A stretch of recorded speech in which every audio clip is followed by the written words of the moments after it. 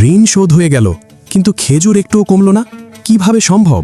যখন কোনো ব্যক্তির ওপর ঋণের পাহাড় চেপে বসে, তখন তার মনে হয় পৃথিবীর কোনো শক্তিই তাকে বাঁচাতে পারবে না। কিন্তু অপেক্ষা করুন, আজ আপনি যে ঘটনা শুনতে চলেছেন তা আপনার হৃদয়ে কাঁপিয়ে দেবে। এটি নবীজির সাহাবী হজরত জাবির ইবেন আবদুল্লাহ রাদিয়াল্লাহু আনহুর কাহিনী। তার পিতা উহুদ যুদ্ধে শহীদ হন এবং পেছনে রেখে যান বিশাল ঋণ। দেনাদাররা একে একে এসে তাদের পাওনা দাবি করতে লাগল। হজরত জাবির রাদিয়াল্লাহু তার পুরো বাগান তন্ন করে খুঁজলেন, যা কিছু ছিল সব একত্র করলেন, কিন্তু দেনা পরিশোধের জন্য যে খেজুরের স্তূপ তৈরি হলো তা এতই অল্প ছিল যে অর্ধেক ঋণও শোধ করা সম্ভব নয়। এই চরম অসহায় মুহূর্তে তিনি রাসূলুল্লাহ সাল্লাল্লাহু আলাইহি ওয়াসাল্লামের কাছে ছুটে গেলেন। তার দুঃখ কষ্টের কথা শুনে নবীজি নিজে তাদের বাগানে চলে এলেন। দেনাদাররাও সেখানে উপস্থিত ছিল। তারা সেই ছোট্ট খেজুরের স্তূপটির দিকে দেখে মনে মনে ভাবছিল, এতে আমাদের কী বা হবে? কিন্তু তারা জানত না সেখানে কে এসে দাঁড়িয়েছেন। নবীজি ধীরে ধীরে খেজুরের স্তূপটির চারপাশে হেঁটে গেলেন। তিনি আল্লাহর কাছে বরকতের জন্য দোয়া করলেন।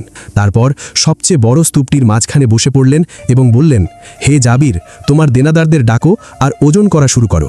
হজরত জাবির রাদিয়াল্লাহু ওজন করতে শুরু করলেন। একজন এলো, নিজের অংশ নিয়ে চলে গেল, তারপর আরেকজন। এভাবে এক এক করে সব দেনাদার তাদের পূর্ণ পাওনা নিয়ে চলে গেল। সব ঋণ শোধ হয়ে গেল। কিন্তু আসল বিস্ময় তখনও বাকি ছিল।